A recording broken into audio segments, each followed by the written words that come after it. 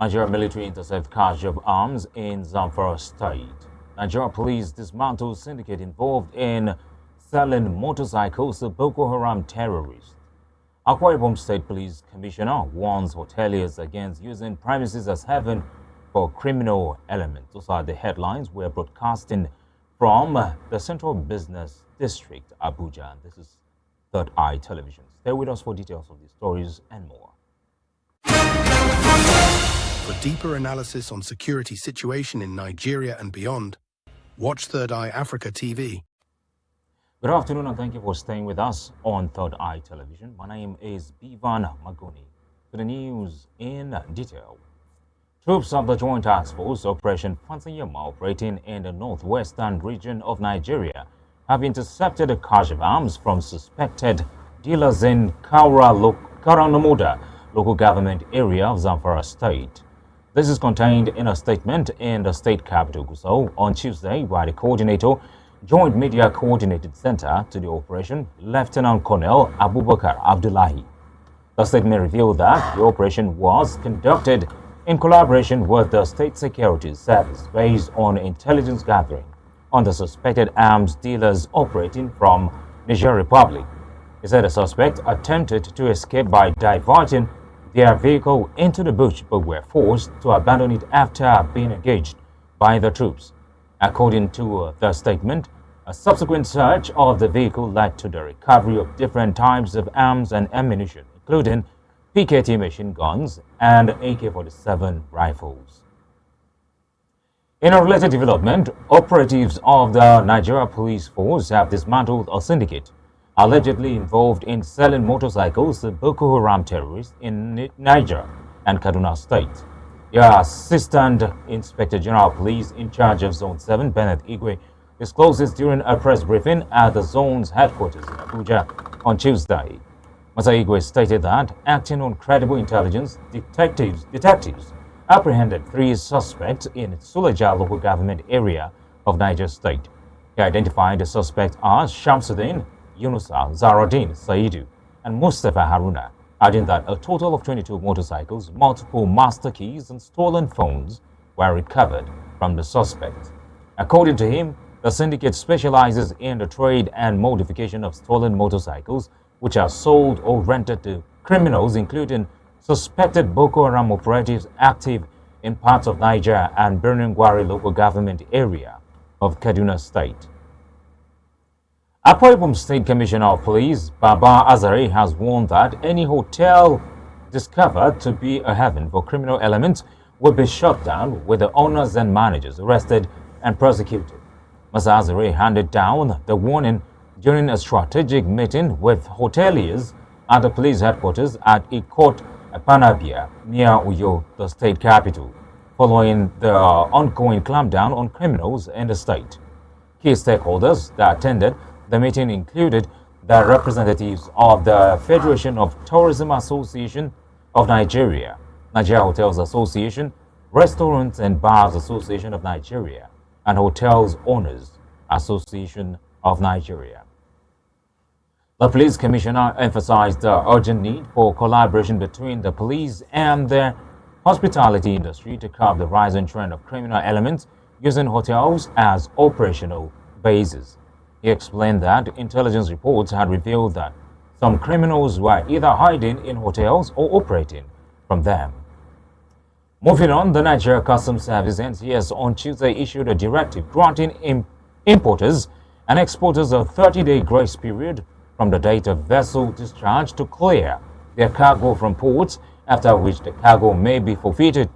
It also noted that the move aligns with the federal government's ease of doing business initiatives as the NCS implements new guidelines to regulate the dwell time of import and export consignments at port terminals.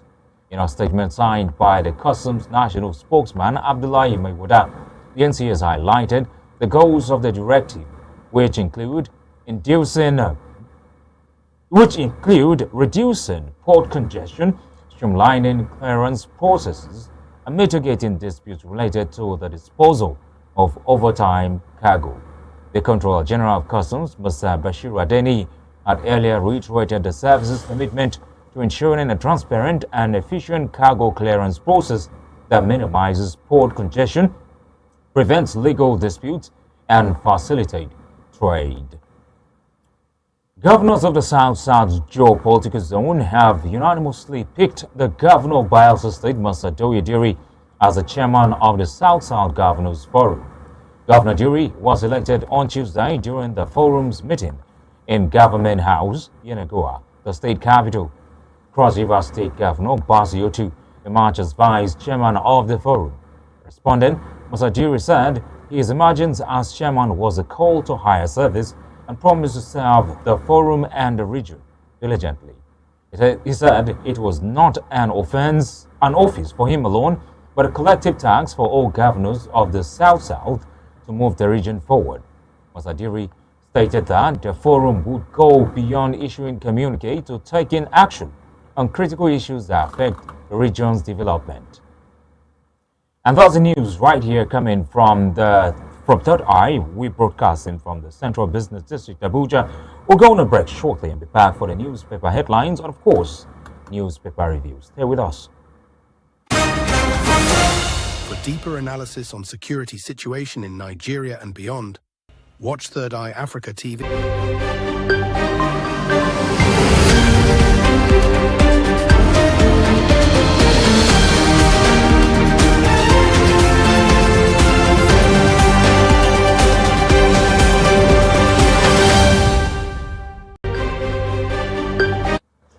Thank you for joining us on the newspaper review and headline segment of the show right here. And we're starting with the Daily Trust newspaper.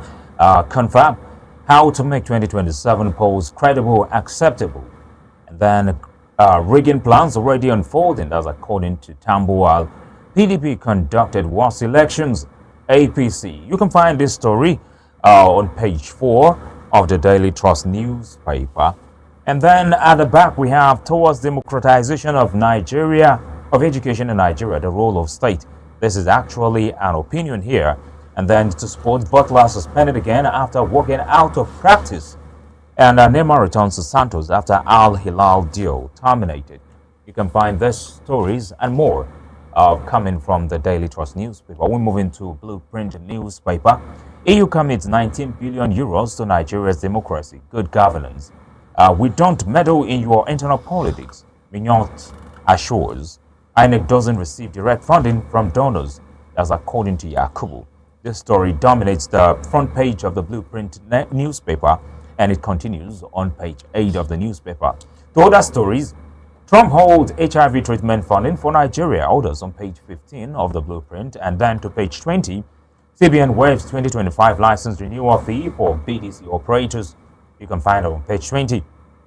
And then to sports, Super Eagles can win trophy again, Yobo.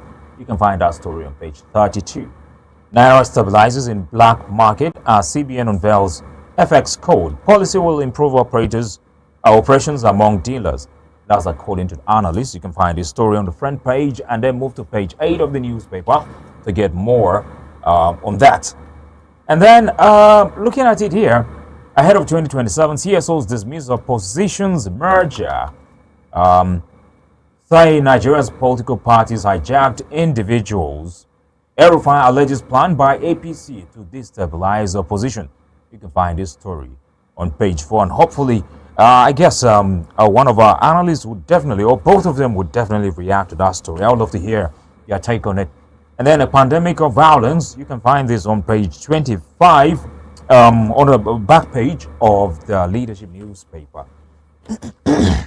And finally, looking at the Nation newspaper, First Lady disburses 50 million to 1,000 Kwara traders. You can find this on page 3 of the Nation newspaper. NEDC boss to monarchs address Lake Chad Basin challenges. You can find that on page 7. And then moving to page 6 and page 2, we have arms dealers from Niger Republic arrested. How Wike funded Bala Mohammed's 2019 election. And then Tinubu, steady power supply is my priority. And then looking at the back here, that Abuja PT party awaiting trial inmates. Well, whatever it is. But give us some seconds. We'll be right back to take a look at these stories and, of course, analyze them with our analysts we have in the house for the review of these newspapers. Stay with us. I'll be right back.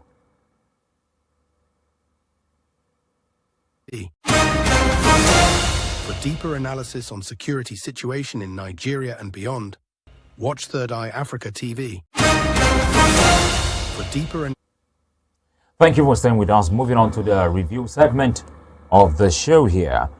Join me in welcoming Mr. Udo Etafia, public affairs analyst and also commentator. We also have Mr. Dahiru Hassan Kera, also the same thing, a public affairs analyst and commentator. He's also a media consultant and a media owner. He does a lot. He's literally everything media. Gentlemen, good to have you in the studio. Good afternoon. Afternoon. Thank you. Thank you for joining me again. How was the journey? I learned you traveled. It was great. Welcome back. I'm simply back. Aluta continues. Luta continua. So, thank you. So, I would like you all to react to some of these stories, and of course, the ones we read from the news, and of course, from the newspaper headline. And I'd very much love to see any of you reacting to the El-Rufai, the CSOs, the merger, whether the merger will happen or will not happen. Can any of you react to any of these stories? Well, I think first and foremost, before looking at the political aspect of all these stories, I'm more worried and concerned about the security issue where some foreigners were being arrested with sophisticated weapons. Why I say I'm worried is we've been having all these issues of insecurity lingering, more especially we attributed that to our porous borders and all that. And though we always said our security men have been doing their own best, and we call on them to kind of improve. But recently, there was a kind of onslaught on maybe a kind of the security, particularly those under the flagship of Operation Pansariyama, who have been battling with the kidnappers, bandits at the northwestern part of the country. Have been doing tremendously well, and more especially by taking the war to the zones, or maybe to the front doors of those criminals. We've been seeing footage, we've been seeing videos, we've been seeing or maybe reading a lot of positive news to that effect, where some of the terrorists were being neutralized, a lot of recoveries were made, a lot of villages which were previously under the control of those bandits were being liberated. It's something that is commendable on the side of the security, and we equally have to ask them to do more, because the issue of insecurity, the issue of porous borders, and a lot of things have been kind of affecting the progress of this nation. That is why I say, before we start talking about politics, let's talk about the security, which is very, very. Without security, there won't be election. Without security, there won't be governance. Without security, there won't be a lot of things that are happening. I said it, even us that are sitting down here discussing politics and other things, without security, we cannot come and do all this stuff. So I think it's very important we discuss that, especially by calling on the government, that all the authorities concerned, our borders are so porous. Times without numbers, people have been lamenting, saying all of these things, that we should kind of, though we understand that there will be a kind of constant because of the huge or vast land Nigeria has, but yet there's need for them to do more. And if I said it, if someone that is coming in with a bag of rice on a motorcycle to Nigeria would be apprehended or maybe shot dead and other things, I think the same should be reflected to those criminals that find their ways into Nigeria, even carrying weapons from Mali, Senegal, Niger. Our neighboring countries have been doing their best to see that they secure their own borders. I know when these criminals are not being comfortably operating in the neighboring countries, I think the next point of call is Nigeria, which has porous borders and this is what add up to all this insecurity. But do you think the issue of porous borders is going to be addressed soon? Looking at the fact that Nigeria shares, if you look at it, at the borders there, there's just a thin line that separates Nigeria and Chad, Benin Republic, Niger, and all of that. And sometimes you find it difficult separating a family. These people are the same family. You find out that some are in Nigeria, some are in Niger Republic. How do we manage such a situation? When we're talking about border security, we're not saying maybe separating families. We understand most of the people living at the border communities. You understand, most of them are having intermarriages And related. They quietly related harmoniously, and they've been doing business. A lot of things have been happening legitimately there. But the funny is that, okay, fine, you can give a kind of provide a border security without maybe separating those people. Okay. We are not saying that Nigeria should start from point 1 to point Z to build a wall or demarcate a kind of a border. But border security doesn't necessarily mean that you should build a wall or a kind of lining and other things.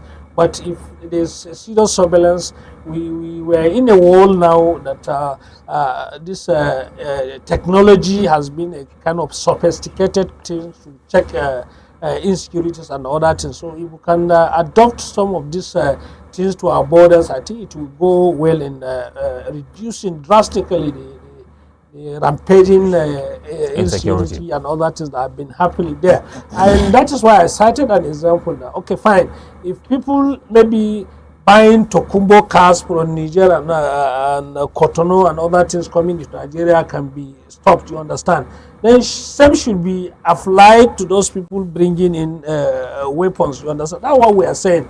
And I even mentioned and cited an example that we've seen it separately, more especially during the past administration, where there is a serious restriction of importing of foreign rice to Nigeria.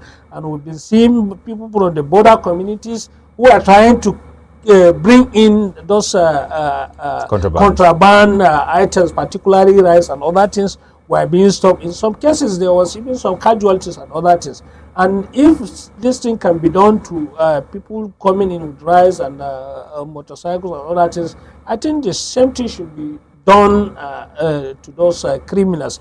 We've been saying it that if a kind of logistic for those criminals will be stopped, you understand, definitely they will be stopped to all these criminalities, because they cannot fight without guns, they cannot fight without bullets, they cannot do anything if their logistic is being stopped. And you can do that without necessarily building a wall to demarcate our border. We are not like China. No, America and Mexico, and yes. The border is already defined there, and they have wealth enough to do all these things.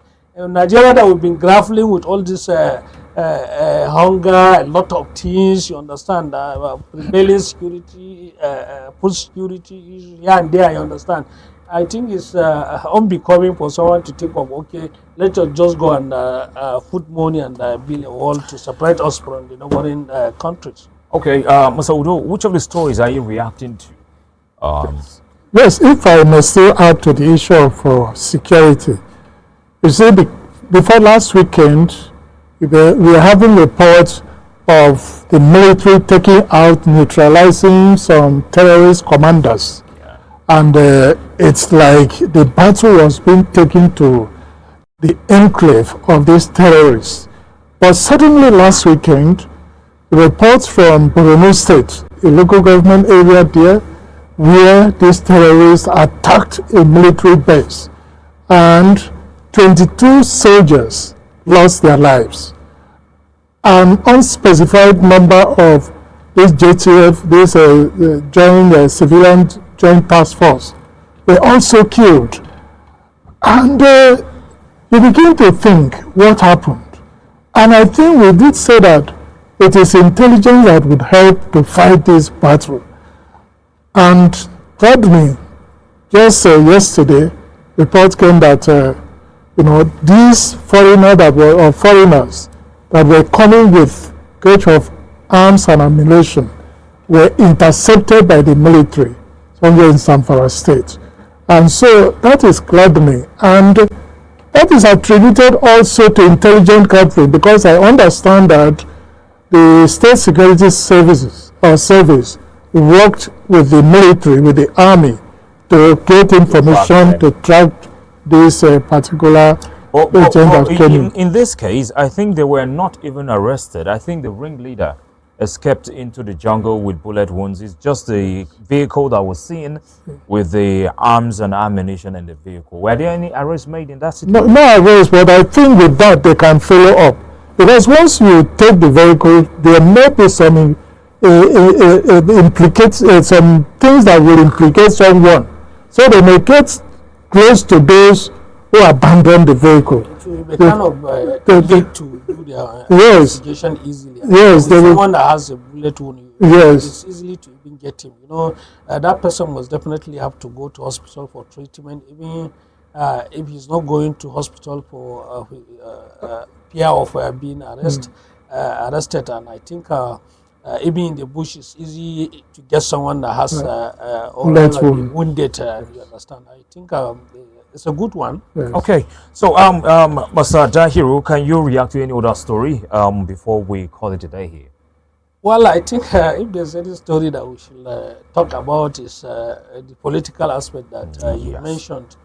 You know, it's usual, and when there's, or rather, election year is approaching, you see politicians, the gladiators here and there making alignments, realignments, and all that is. But my view is that, okay, it's not all about you or who is contesting election or which party is defeating who. I think it's not what matters to us looking at the prevailing situation in Nigeria. You know, most of our politicians try as much as possible, some of them being corny, to find their ways into power. At the end of the day, when they grab that seat, you find out that they doesn't even have anything to contribute. They doesn't have what it takes to be there. And this is a situation we will be facing now, because Nigerians will end up voting leaders during elections. At the end of the day, within 1 year or two, they started criticizing the same leadership, making a point of El-Rufai being one of the instrumental figures in the northern part of the country that contributed to the emergence, not even emergence, maybe shifting the power, the growth of the APC as a whole. Yes, to the south, and helping Tinubu, supporting him to get the APC's ticket. Going beyond that, they make sure that he won election, and all of a sudden, the same person is now telling us that this government is not going to deliver. I think emotionally, I think El-Rufai should not be telling Nigerians all these things, because he should have done a kind of due diligence of the person you are supporting. You understand, the political party pushing for. These are things that have been happening everywhere. So you see, most of those people that have the compact and where all these stories have been emanated, you know, most of them have been kind of wounded lions. Most of them supported the administration at the end of the day, maybe because their interest has not been served. That's why they say, okay, we are not going to support this government in the next coming election. By the way, you know, it's good to have opposition, and one.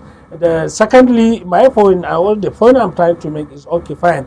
Let those politicians, those aspirants, those who want to lead Nigeria, at least have something in mind to improve the lives and the lives and standard of living of Nigerians. You know, not just for your own interest. Most of them are just kind of pushing kind of selfish interest, personal interest. If not because of their personal interest, I don't see them, I understand, going up and down. At the end of the day, the situation of Nigerians is not being improving. At the end of the day, they supported this administration, like I said earlier, and now most of them coming together saying all sorts of things, more especially on the INEC and the judiciary is not doing well, you understand. If you check the profile of those people that are making all these statements, more especially Tambuwal, El-Rufai, Atiku, in one way or the other, they found themselves in the position of power. What have they done to improve to strengthen our judiciary? What have they done to strengthen our electoral commission and all that is? You should have a kind of historic background of giving your own best. Though I can give a credit to some extent to Atiku, because at the time when he was a vice president, he stood up against his boss, then Obasanjo, to stop him from securing a kind of third-term agenda. I gave him credit for that, but nevertheless, these are people that cross carpet from this party to this party, you understand, seeking to lead Nigerians. But if you check their profiles, like antecedents, like I said earlier, they didn't do much on the position they occupied, you understand, to improve the lives of Nigerians, or even to strengthen the institutional framework of Nigeria. If El-Rufai, though he has done well equally during him being the FCT minister and a lot of things, but notwithstanding, supporting someone that he doesn't trust, you understand, at the end of the day, shows that he didn't do a kind of due diligence. And which means that it's difficult for you to be trusted as well, because you are supporting someone that didn't do due diligence, background check. So you let the people to support that, to go after that person, and the person. So what assurance are you giving the same people that this person you are going to support next time is going to be a different person? These are things, there should be a kind of trust between the leadership and the followers. And once this trust is being eroded, like what we have now in Nigeria, there won't be a trust, and people cannot believe the words of their leaders. And mostly, one of the lead story here is about the power Tinubu promising to improve power or do something like that. These things are what we have been hearing since the emergence of the coming of democracy in 1999 to date. And we have a kind of nasty stories, ugly incidences where money has been allocated and people, individual for that matter, siphoning the funds, you understand, to their own selfish reasons and here and there. And our judiciary, our securities, you understand, are not doing much to bring those people to book. I said it that if someone steals naira, a kobo in Nigeria, and at the end of the day he was dealt with, and maybe using the institutional framework, the judiciary, the police, and all those that are concerned, it will serve as a deterrent to others, because they can think twice committing similar crime. But you see all those people that have been accused of stealing money budgeted for the power project, and the end of the day, no improvement since 1999 to date. Tell me, what have they done to the power? Buhari has about 3 ministers promising, you understand, even on that, and at the end of the day, they didn't do anything. So this one too, like I'm saying, because if people, or rather trust between the leadership and the followers is being eroded, say it 100 times, million times, Nigeria will not believe that this power issue will be resolved within the time frame this person is saying. I agree with But you. once you understand, people honor their own agreement, more especially the leadership. Once you say this, people will be cheering you, happy, and saying that, okay, Mr. President has said that he's going to maybe work on the power within social time, and they will believe that is going to happen. We've been seeing this Abuja, Kaduna, Kano Expressway. Buhari, in the next 18 months, the project will be completed. Buhari, in the next 20 months, so things is going to happen. And Buhari left without completing the same. And this government has still, they revoked the project from the initial contractors. They allocated the contract to another company. And some of the newspapers were doing a kind of investigative story and saying that those companies that are giving the new contract are not even having the capacity to handle such project. So there was a kind of counter from the government. But what we are saying is that, okay, let government or those in position of leadership, you understand, honor their awards. Let their awards be taken to the river bank, you understand. Once they said this is A, people will believe them and believe what they were saying. But at the end of the day, because of this gross gap between the leadership and the followers, this is why we are having all these issues. Often our newspapers, you see crisis here, crisis in governments. Let me just, as a writer, there's a story that British government has given us a lot of donation to improve our democracy and good governance. These two things are entirely different things. In some countries, they are not practicing democracy, but they still have good governance. Countries that are doing democracy, at the end of the day, they doesn't have good governance. Nigeria, for instance, we've been battling having democracy in place, but at the end of the day, today we are not sure of maybe holding or conducting a credible election. Always our elections start from the polling unit and end up in the Supreme Court. This is a kind of recurring decimal. That shows that somewhere someone is not doing his work as provided by the Constitution.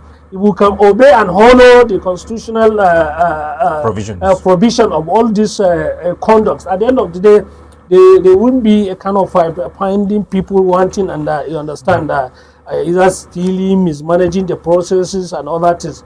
And once you have a leadership that is being emerging, you understand, from a kind of illegitimate way, finding its way, you end up having a lot of negative component of the governance, the capacity gaps and other things. These are things that we'll be having, and why we're having all these things is because people are not doing things that they ought to be doing. Okay, thank you so much. And I think there was something you said here that I really love, the fact that the president came out to say power supply, steady power supply is his priority. And I'm not seeing people jubilating because we've had this story over and over again. It has become like a broken record and no one is excited about anything anymore. So almost every promise is coming from the political angle or from our politicians. Nobody is excited anymore. I love the way he presented his issue this morning. Let's get from you, sir. Any other story you want to react to? You see, talking about those political games that is on now, because the politicians or political actors are now looking at 2027. By now, the current administration is supposed to be showing its report card. This is in the past 18 months, getting to 2 years now. This is what I have done to make the people, to help the people to evaluate me, to evaluate my administration and make up their mind that they are going to give me a second term. But I don't think there is anything to show. I don't, if anybody knows, let him, that I've done this to improve on the well-being, because politics, is about the people. If you cannot improve the well-being of the people, what are you there for? But instead, it has been suffering.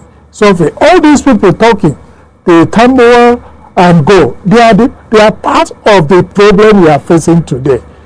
When he was the Speaker of House of Representatives under PDP, he led members to form or to align with the opposition. I think Tambuwal, during their time with, what's his name, the former Kwara State Saraki, I think they did a great job at the National Assembly. They really stood their grounds at a point in time in the first compared to what we have now in the first administration and what we have now. But if they have maintained that trend, if they have maintained that trend and allow the people, allow the government to own, but they decided to, the G5 governors, they were part of it, that now linked up with the APC and brought up this government that we are having, right from Buhari to this time. And look at how Nigerians have been suffering. They did well. They should have allowed that trend to continue. Okay. Let's quickly look at this story here. Trump holds HIV treatment funding for Nigeria and others. And I know that we've not really discussed this. And we have 3,690 or 3,000, almost 4,000 Nigerians to be repatriated back to Nigeria due to the U.S. president's policies of illegal immigrants. What do you think about the Trump administration and what you think for Africa and Nigeria as a whole? You just briefly say something about it, but because I believe you address this. Sometimes when it comes to policy formulations and other things, these are countries that have a kind of working democracy. You see how the guy was defeated and poised after he still come back to power, and lot of things. There wasn't chaos. There wasn't anybody taking anybody to court and all that. These are things we've been lamenting in Nigeria. But some policies, and I think is trying to bring back. We cannot yet state whether they are good for Americans or not. But no matter what you're doing, no matter how good it is, you find out even within the American citizens, you find that some people are not comfortable with the policies and that is. But on the outside world, the policies have a kind of negative impact and consequences to some of the major countries in the world. And like you mentioned, about 3,400 and something Nigerians are coming back home because of the new policy. But majorly, my concern is on the stoppage on the foreign aid to all the countries of the world, not only Nigeria. You see, like what we're discussing, EU giving commits 19 billion euros euro to Nigeria. These are foreign aids that are being legitimately given to some countries that need those assistance. And what the US has been doing, you understand, helping the developing countries and other things in areas of education, areas of healthcare, service delivery, areas of security, areas of agricultural development, food security, and other things. It's a good policy. The fact that most of the countries are mismanaging the funds, siphoning a lot of things. I mentioned a case here whereby a kind of a foreign aid was being mismanaged by some few individuals in Katsina State, and they were in EFCC net of the centers. I don't know how the case went, but these are things that people, more especially developing countries, are enjoying. This HIV/AIDS intervention, a lot of people enjoy it and benefited hugely from it, because it's something that most of the countries cannot provide to the victims that are being infected with all this virus and all that. But for a long time, I think for over decades, the country, particularly US, has been giving Nigeria this vaccine and all that is free of charge. And those people that have been maybe infected with the virus have been going to hospital. The centers designated for this distribution have been getting their vaccine and all that. I think it's something that will grossly affect Nigeria and other countries, more especially developing countries.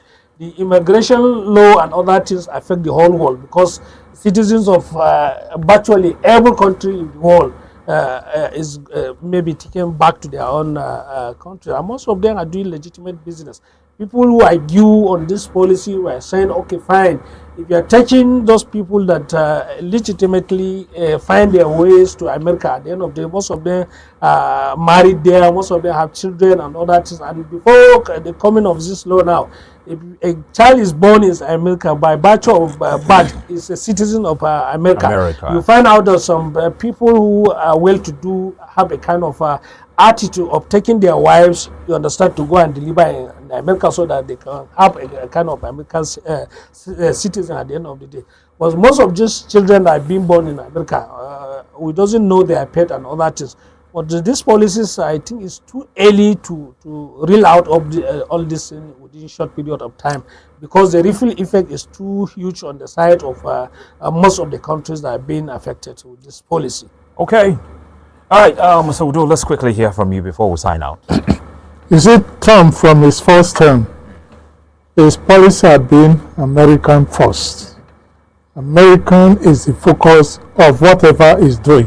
He doesn't give a damn to what happened to other people. So that is why he has come up with this immigration policy, sending people back to their countries, and that is why we have to come back home. That is why we have to think inward. Our government must make Nigeria habitable for the people. Nigeria has all that it takes for them to take in other people. Nigeria has all it takes for them to be like America, if only we can put our house in order. So the government should begin to think, what do we do to make Nigeria a home for the citizens, so that they don't have to go out to other countries, to America. If you go and visit and come back. And that applies to other African countries. You see the problems all over, By the fighting. time we build it here, they themselves Yes. find it interesting. Just Come to provide come. here. You know, look at what is happening all over Africa. You know, fighting here and there. Right now in DRC, and you know, between DRC rebels and M23 Rwanda. Yes. government forces. So this kind of thing does not help development. So African countries should begin to call themselves to order, the governments. All right, it's been a beautiful conversation here on Third Eye Television. Remember, we are broadcasting live from the Central Business District, Abuja, and within the shortest possible time, we'll be migrating to a bigger platform where you can see us and interact with us, and get to see what we do and how we go about our activities. But then there's a very important thing I need to discuss before I leave. Please, if you are a driver, drive with care. If you are a passenger, you see your driver is driving recklessly, please talk to that driver to drive with care. That driver, people's lives are dependent on how he drives. And most importantly, the cases of falling tankers are becoming out of control. Today we have in Niger, tomorrow we have in Enugu, next tomorrow back to Niger, we have in Zamfara, we have in Sokoto, we have in Katsina. Please, drivers should be called, or people should avoid falling tankers. I know it is tough, I know it is hard out there, but when you see a falling tanker, please, the most important thing is think about your security. Think about saving your own life. I know the country is hard and it's difficult for people to survive, but that gallon of fuel you go scooping might be the end of you. And if in case you are not someone who could do something like that, spread the word, tell people to run away from falling tankers and should not go close enough to scooping fuel. And that's why we draw the curtain today on the show. Join us tomorrow right here on Third Eye Television. Thank you, Udo Etefia, public affairs analyst, journalist, and public affairs commentator. And also Mr. Dahiru Hassan Kera, public affairs commentator, journalist, and well, he's everything media, just like I said earlier. My name is Bivan Magoni. Join us on this program same time tomorrow. Thank you, and do have a blessed day. Analysis on security situation in Nigeria and beyond. Watch Third Eye Africa TV. For deeper analysis on security situation in Nigeria